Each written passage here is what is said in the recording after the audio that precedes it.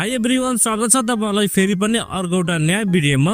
Friends, Realme ले आफ्नो P3 Ultra 5G लाई चाहिँ इन्डियामा लन्च गरिसकेको छ। सिरियसली फ्रेन्ड्स, अहिले चाहिँ यो मोबाइल एकदमै बबाल प्राइस पोइन्टमा लन्च भएको छ। स्पेशली यो मोबाइल गेमिङको लागि एकदमै बबाल हुनेवाला छ। सो आजको भिडियोमा हामी कुरा गर्नेछौँ Realme P3 Ultra 5G मोबाइलको बारेमा, मोबाइलका स्पेसिफिकेसन तथा यो मोबाइलमा तपाईहरुलाई के कस्ता फिचरहरु दिएको छ, साथै यो फोन हाम्रो नेपालमा लन्च हुन्छ कि हुँदैन त्यसको बारेमा पनि हामी अगाडि भिडियोमा कुरा गर्नेछौँ।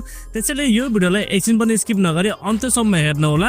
र अब चाहिँ तपाईहरुको टाइम वेस्ट नगरी सुरु गरौँ आजको भिडियो। फ्रेन्ड्स, आगामी दिनमा अरु यस्तै भिडियो हेर्नको लागि प्लिज हाम्रो च्यानललाई सब्स्क्राइब गरेर राख्नु होला र यो भिडियो मन परेमा एउटा लाइक पनि गरिदिनु होला। सबैभन्दा पहिला हामी कुरा गरौँ Realme P3 Ultra मोबाइलको डिजाइन र डिस्प्लेको बारेमा। डिजाइनको बारेमा कुरानु पर्दा फोनको ब्याक साइडमा तपाईहरुलाई डुअल क्यामेराको सेटअप, त्यसैको साथमा एउटा एलईडी फ्ल्याश र तलपट्टि Realme को ब्रान्डिङ दिएको छ। त्यसैगरी अगाडिपट्टि तपाईहरुलाई सेन्टर पञ्चर डिस्प्ले दिएको छ र डिस्प्लेमा तपाईहरुलाई ग्लासको प्रोटेक्सन पनि दिएको छ। साथमा तपाईहरुलाई यो मोबाइलमा IP68 र 69 को रेटिङ पनि दिएको छ, यानी कि मोबाइल चाहिँ कम्प्लिटली वाटरप्रुफ हुनेवाला छ। सिरियसली फ्रेन्ड्स, प्राइसिङ अनुसार मोबाइलको बिल्ड क्वालिटी र डिजाइन चाहिँ एकदमै बबाल रहेको छ। अब हामी कुरा गरौँ मोबाइलको डिस्प्लेको बारेमा। तपाईहरुलाई यो मोबाइलमा 6.83 इन्चको 1.5K AMOLED डिस्प्ले दिएको छ। साथमा तपाईहरुलाई यो डिस्प्लेमा 120 हर्ट्जको फास्ट रिफ्रेश रेट पनि दिएको छ र ब्याट्री चाहिँ तपाईहरुलाई यो डिस्प्लेमा 1500 mAh को पिक ब्याट्री दिएको छ। इनडोर र आउटडोर युजको लागि तपाईहरुलाई यो डिस्प्लेमा कुनै पनि प्रब्लम आउने छैन। ओभरअलमा डिस्प्लेको बारेमा कुरानु पर्दा डिस्प्ले मोबाइलको एकदमै बवाल रहेको छ र परफर्मेन्सको बारेमा कुरानु पर्दा तपाईलाई यो मोबाइलमा MediaTek Dimensity 8350 अल्ट्रा चिपसेट दिएको छ, जुन चाहिँ 4 नैनोमिटरमा बनेको चिपसेट हो र यो चाहिँ एउटा 5G चिपसेट हो। साथमा LPDDR5X को RAM टाइप र UFS 3.1 को स्टोरेज टाइप दिएको छ। रेटिना स्पिड पनि तपाईलाई यो मोबाइलमा एकदमै राम्रो पाउनुहुनेछ।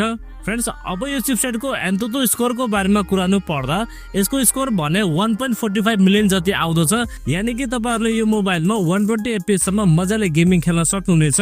गेमिङको लागि र डे टु डे युजको लागि तपाईलाई यो मोबाइलमा कुनै पनि प्रब्लम आउने छैन र सफ्टवेयर तपाईलाई यो मोबाइलमा out of the box Android 15 दिएको छ, जुन चाहिँ Realme OS 6.0 मा रन गर्दछ, जसमा तपाईलाई सफ्टवेयर एक्सपिरियन्स पनि डिसेन्ट दिएको छ। त्यसैगरी क्यामेरा तपाईलाई यो मोबाइलमा 50 मेगापिक्सलको प्राइमेरी सेन्सर, 8 मेगापिक्सलको अल्ट्रा वाइड सेन्सर र सेल्फी क्यामेरामा तपाईहरुलाई 16 मेगापिक्सलको सेल्फी क्यामेरा सेन्सर दिएको छ। भिडियो रेकर्डिङको बारेमा कुरानु पर्दा प्राइमेरी क्यामेराबाट तपाईहरुले 4K 60 FPS सम्म चाहिँ भिडियो सुट गर्न सक्नुहुनेछ र सेल्फी क्यामेराबाट तपाईहरुले 1080 को 60 FPS सम्म चाहिँ भिडियो सुट गर्न सक्नुहुनेछ। ओभरअलमा क्यामेराको बारेमा कुरानु पर्दा प्राइसिङ अनुसार मोबाइलको क्यामेरा सेटअप पनि राम्रो रहेको छ। तपाईहरुलाई क्यामेराको मामलामा यो मोबाइलमा कुनै पनि शिकायत आउने छैन। त्यसैगरी ब्याट्री तपाईहरुलाई यो मोबाइलमा 6000 mAh को ठुलो ब्याट्री दिएको छ, जसलाई चार्ज गर्नको लागि 80 वाट को चार्जर बक्समा दिएको छ र ब्याट्री ब्याकअप पनि तपाईलाई यो मोबाइलमा एकदमै राम्रो दिएको छ। प्राइभेसी सेन्सरहरुको बारेमा कुरानु पर्दा तपाईलाई यो मोबाइलमा under display fingerprint scanner, face unlock, चार्जिङको लागि टाइप सी पोर्ट, साथमा ड्युल स्टिरियो स्पिकर दिएको छ, जसको क्वालिटी चाहिँ एकदमै राम्रो रहेको छ। फ्रेन्ड्स, अब हामी कुरा गरौँ Realme P3 Ultra मोबाइलको नेपाली एक्सपेक्ट प्राइसको बारेमा। यदि यो फोन हाम्रो नेपालमा लन्च हुन्छ भने यसको 8+128GB लगभग 50,000 को प्राइस पोइन्टमा आउनेछ। यदि यो प्राइस पोइन्टमा आउँछ भने फ्रेन्ड्स, सिरियसली गेमिङको लागि मोबाइल एकदमै बबाल रहेको छ।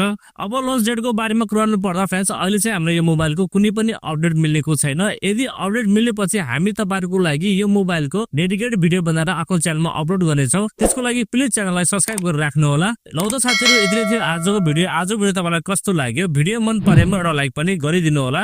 यदि नयाँ साथीभाइहरुले हाम्रो च्यानललाई पहिलोपटक हेर्दै हुन्छ भने प्लिज हाम्रो च्यानललाई सब्स्क्राइब गरेर राख्नु होला। अर्को भिडियोमा भेट्ने बाचा गर्दै आजलाई बिदा लिन्छु। हवस्, धन्यवाद। जय नेपाल।